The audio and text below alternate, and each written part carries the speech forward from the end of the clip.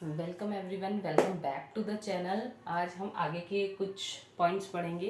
कल हमने 15 पॉइंट्स देखे थे, आज आगे के पॉइंट्स देखेंगे। फर्स्ट है trade receivable. Trade receivable means trade, मैंने आपको कल बताया था जब हमने चैप्टर फर्स्ट पढ़ा था कि ट्रेड मीन्स होता है व्यापार, और रिसीवेबल मीन्स होता है जो हमें पैसा किसी से लेना है। तो ट्रेड रिसीवेबल मीन्स हो गया जो व्यापार में जो हम पैसा लगाते हैं वो हमें किसी से लेना है, तो उसे हम कहते हैं ट्रेड रिसीवेबल।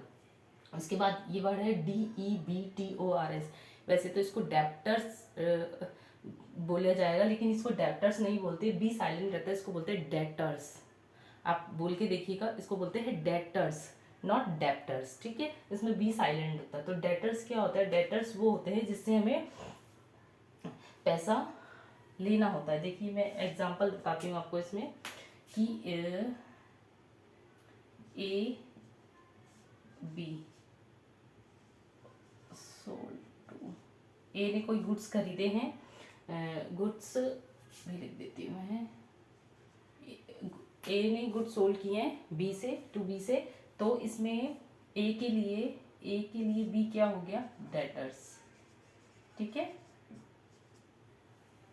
फिर है बिल रिसीवेबल। बिल रिसीवेबल को हम शॉर्ट में BR भी बोलते हैं।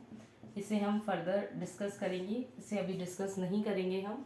उसके बाद है ट्रेड पेबल। ट्रेड पेबल जिसे हमें पैसा देना है, ट्रेड रिसीवेबल जिससे पैसा हमें लेना है। ठीक है, ट्रेड पेबल जिसे हमें पैसा देना है, इसको हम बोलते हैं क्रेडिटर्स। इसमें कोई साइलेंट लेटर नहीं है, इसे हम बोलते हैं क्रेडिटर्स। क्रेडिटर्स क्या होता है? इसमें भी A B, इसमें क्या किए? गुड्स परचेज किए हैं from good purchase from B। तो इसमें B क्या हुआ? इसमें B हुआ क्रेडिटर।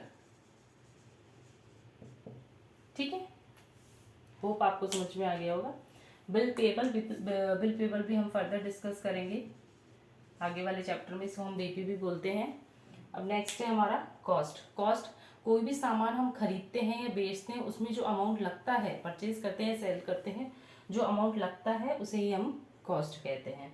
डिस्काउंट दो तरीके के होते हैं, ट्रेड डिस्काउंट और कैश डिस्काउंट। डिस्काउंट, आप कहीं शॉपिंग करने गए, आपको डिस्काउंट मिलता ही है। क्या होता है? देखो कि हम, जैसे मैंने मॉल में गई और मैंने एक ड्रेस पसंद करी, उस पर मुझे बोला गया कि इस पर 10% डिस्काउंट मिलेगा। सपोज ये मार्कर है, 20 रुपीज़ का मार्कर है, इस पर 10% डिस्काउंट बता दिया, तो 10% उसका हुआ 2, तो मतलब हमारा कितने का पड़ा? 18 रुपीज़ का। ठीक है, कि 18 रुपीज़ का ये मार्कर पड़ गया हमारा। तो ये जो डिस्काउंट है ये सबको मिलेगा, इसे हम कहते हैं ट्रेड डिस्काउंट। हर पर्सन को मिलेगा ये। ठीक है, ट्रेड डिस्काउंट हर पर्सन को मिलेगा, लेकिन कैश डिस्काउंट सिर्फ उसी पर्सन को मिलेगा जो कैश में अमाउंट पे करेगा। जैसे सपोज मैंने बोल दिया कि ये 18 रुपीज़ का पड़ेगा, लेकिन अगर आप ये कैश में लोगे मारकर, सपोज मैंने बोल दिया कि ठीक है 18 रुपीज़ का है, आप मुझे, मैं आपको कल परसों में 18 रुपये दे जाऊँगा, तो ये ट्रेड डिस्काउंट तो मिलेगा, चाहे आप उधार पे दो। कैश और उधार, क्रेडिट पे। ठीक है, इसको हम बाद में डिस्कस करेंगे, उधार को क्या बोलते हैं, कैश और क्रेडिट पे। तो ट्रेड डिस्काउंट तो कैश में भी, अगर आप कोई अमाउंट खरीद कर कैश में दे रहे हैं तो भी ट्रेड डिस्काउंट मिलेगा, और उधार में ले रहे हैं तो भी ये कॉमन है सबके लिए, ट्रेड डिस्काउंट दोनों में मिलेगा। लेकिन अगर हम बात करें कैश की, तो कैश में क्या होगा? केवल कैश डिस्काउंट ही मिलेगा। मीन्स सपोज ये 18 रुपये का है, मैंने बोला मुझे उधार में चाहिए, शॉपकीपर ने बोला अगर आप इसको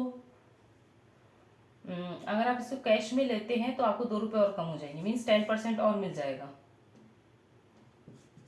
तो ये आपकी 16 रुपए का पड़ेगा। ठीक है, 10% और कैश डिस्काउंट, मतलब 10% हमें ट्रेड डिस्काउंट तो कॉमनली सबको मिला ही था, लेकिन कैश डिस्काउंट तब मिलता है जब आप पेमेंट जो है वो कैश में देते हैं। उसके बाद एंट्री जो भी सारी ट्रांजेक्शन्स होती है, जो भी हम बुक में रिकॉर्ड करते हैं, जो भी सारी ट्रांजेक्शन्स हम बुक में रिकॉर्ड करते हैं, उसे हम एंट्री कहते हैं। बैड डेट्स क्या होता है? बैड डेट्स बोलते हैं इसको, बैड डेट्स क्या होता है? बैड डेट्स वो होते हैं, सपोज मेरे को किसी से 10,000 रुपीज़ लेने हैं,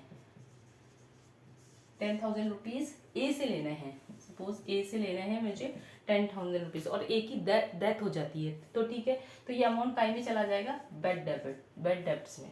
ठीक है, कि वो अमाउंट आएगा ही नहीं क्योंकि वो तो मर चुका है, तो ये अमाउंट कौन पे करेगा, तो ये हमारे बैड डेब्ट्स में अमाउंट चला जाएगा। इंसॉल्वेंट क्या होता है, इंसॉल्वेंट होता है ये आर्टिफिशियल पर्सन भी हो सकता, आर्टिफिशियल भी हो सकता है और नेचुरल पर्सन भी हो सकता है। नेचुरल कौन सा हो सकता है, नेचुरल हो सकता है स्कूल इंस्टीट्यूशंस, ठीक है, और आर्टिफिशियल हो सकते हैं हम सब लोग, ठीक है। तो इंसॉल्वेंट कोई भी हो सकता है। इंसॉल्वेंट होता क्या है, इंसॉल्वेंट होता है ऐसा व्यक्ति जो पे करने के लिए नहीं है। सपोज एक ए से हमको 50,000 रुपीज़ लेने हैं, लेकिन उसके पास कुछ भी नहीं है कि वो 50,000 पे कर सके, तो ये डिसाइड कौन करता है कि वो इंसॉल्वेंट है, ये कोर्ट डिसाइड करता है, ठीक है, कि कोर्ट ने डिसाइड कर दिया कि इंसॉल्वेंट है, ये कुछ ही नहीं दे सकता, तो उसकी एंट्री क्या होगी, इंसॉल्वेंट में होगी। सॉल्वेंट क्या होता है, जो ये पे कर सकता है, जो हमारा अमाउंट, जो ड्यू अमाउंट है वो हमें पे कर सकता है, ठीक है। मर्केंटाइज क्या होता है, गुड फॉर रीसेल। मर्केंटाइज में क्या होता है, गुड फॉर रीसेल, रीसेल के लिए गुड दिए जाते हैं, ठीक है। लाइफ स्टॉक क्या होता है, लाइफ स्टॉक होता है कई जो बिजनेस होते हैं उसमें हमारे एनिमल्स भी यूज होते हैं, उन्हीं को हम लाइफ स्टॉक कहते हैं। होप आपको ये 10 एंट्री समझ में आ गई होगी। Thank you.